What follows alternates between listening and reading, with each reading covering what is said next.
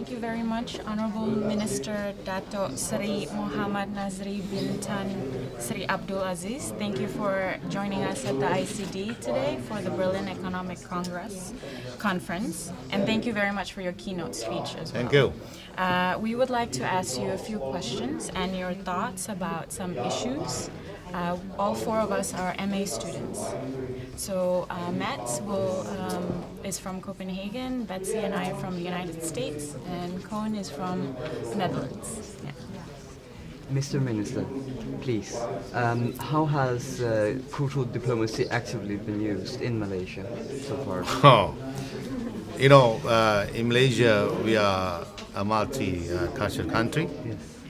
And I must say that in Malaysia, we have effectively used cultural diplomacy to promote understanding between the various ethnic groups in Malaysia.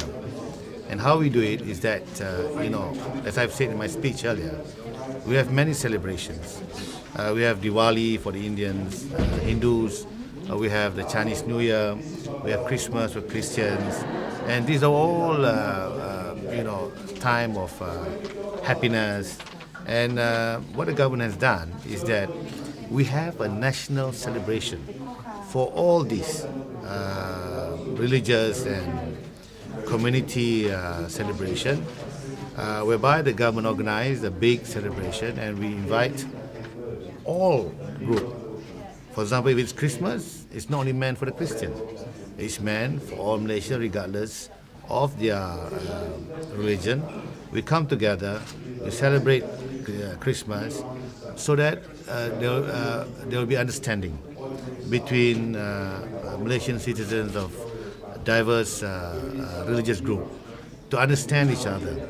And we have been doing this for the last 20 years, and it has shown great improvement in peaceful coexistence between Malaysians of diverse religious groups. So we actually use cultural diplomacy to bring together Malaysians of diverse ethnic groups to come together as one Malaysian.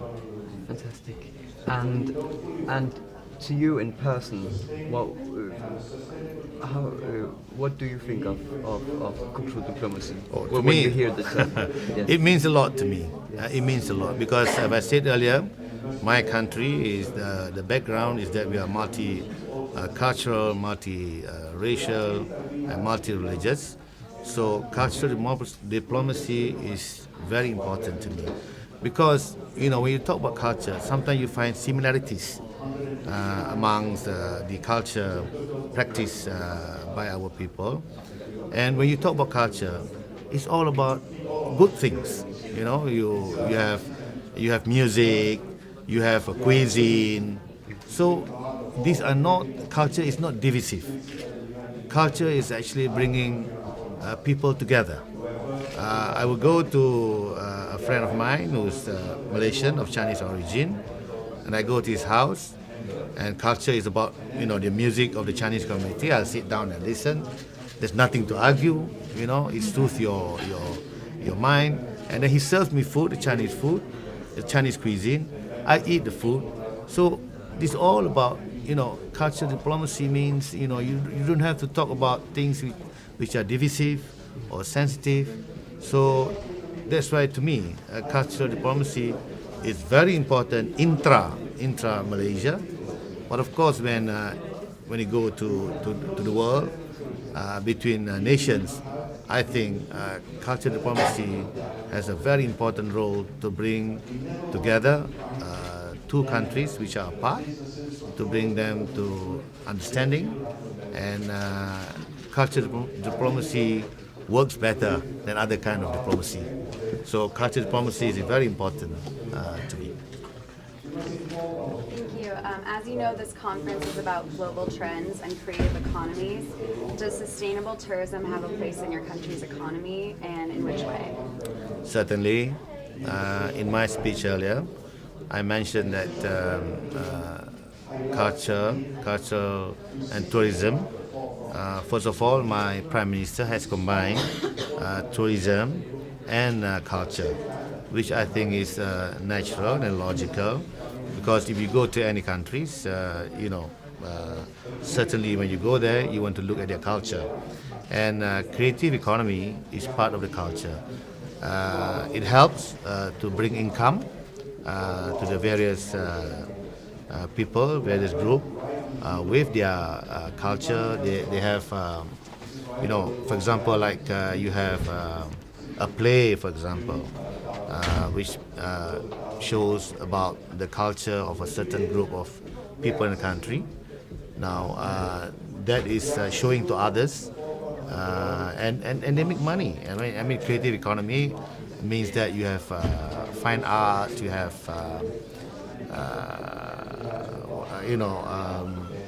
craft and all that. Yeah. So creative economy is very important because it helps to bring income to the lower income people who are good at craftsmanship and also how we encourage creative economy in my country is that we have a body which is called the Malaysian National Craft Body.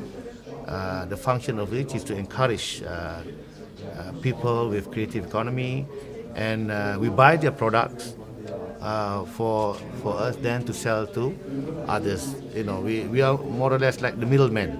So whatever you do, we support you. And there are we also have the what we call the Istana Budaya.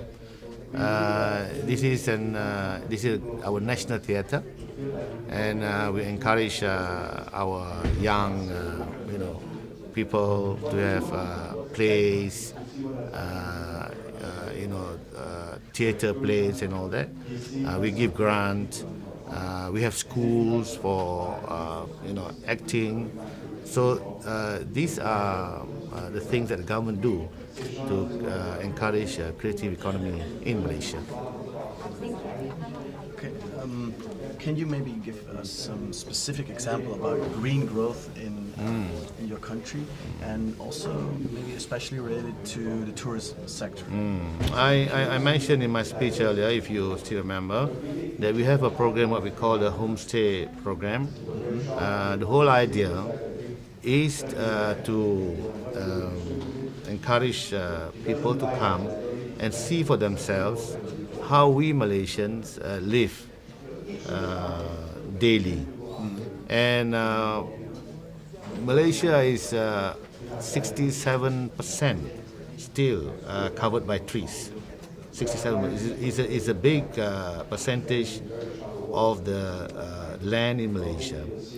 But even though we are 67%, we feel that we need to, for every trees that we cut, we need to replant. So in the homestay program, we get the visitors to come with the local community, and before they leave, they help to, they plant one tree.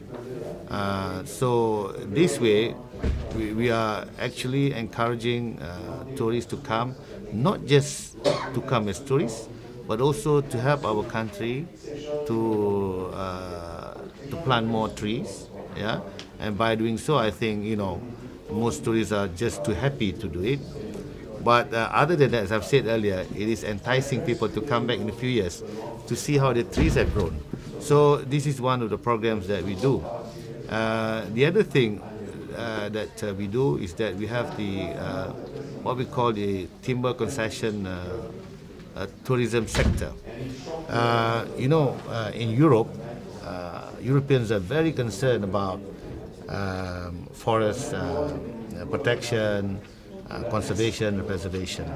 In fact, no timber will be exported to EU if it's not sustainable, cutting it sustainably. So what we have is that in Sarawak, the biggest state in Malaysia, where we give out a lot of timber concession, we ask the companies, not only to cut trees, but they must also do a replanting program. And we also invite tourists to come to their concession, timber concession, to see what the timber construction company does. So this way, then tourists will not just come as tourists, but to see for themselves, that timber construction in Malaysia is sustainable.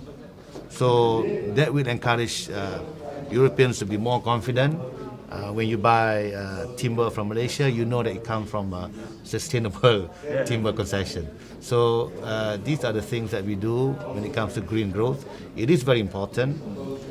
In Malaysia, we have the oldest rainforest in the world, which is called the Royal Belum, which you all must visit. It is the oldest rainforest in the world, much older than Congo and Amazon. And rainforests contribute 30% of the world's oxygen. So by coming to Malaysia and see all this, you're helping us to help yourselves. Because there are not many forests now in Europe. You have to depend on us to get your oxygen. So that's why you must come to Malaysia. And you know that when you come to Malaysia as tourists, you are not just coming as tourists, but you are really supporting Malaysia's effort to ensure that our rainforests are conserved for the good of the world. Okay? I'd love to visit it. Yeah. You must come. You must come. It happens to be in my state, the Royal Belum Forest, the biggest rainforest in the world, and oldest. Huh? Great. Yeah. From your keynote speech earlier, you mentioned that Malaysia is working for the visa regulations to make it easier for tourism to visit Malaysia. Now, on more personal and a little bit more sensitive issues, I have heard that if you were to visit Malaysia with a passport that has an Israeli stamp, it might hinder entry into Malaysia. So it's only for tourism. Is that something that is looked or frowned upon still, or is now? No, we don't allow a person with Israeli passport to come to Malaysia. But if in your passport it shows that you have visited Israel, it's not a problem for us. Okay, what we ban is a passport. Not the countries, not visiting Israel. It's only the passport, Israeli passport. Now, this is a policy because we are a strong supporter of the formation of a Palestinian state, which has been, declined to the Palestinians, who have every right to have their own state. And because of Israelis' policy towards them, not allowing them to have their own nation, which every citizen in the world is entitled to. Every one of us in any part of the world, we belong to a country. We have a country. It is not right to stop a nation from forming their own country just basically because you are having problem with them. I mean, what's so objectionable in giving the Palestinian a country of their own?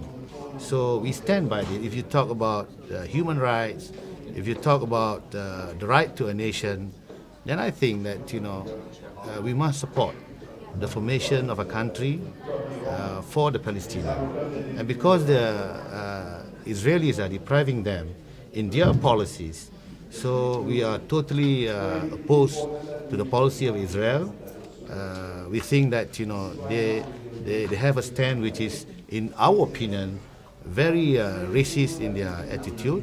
So that's why we are not racist in Malaysia, and we object Israelis' deprivation of nationhood to Palestinian. And as such, we say you are not welcome to our country.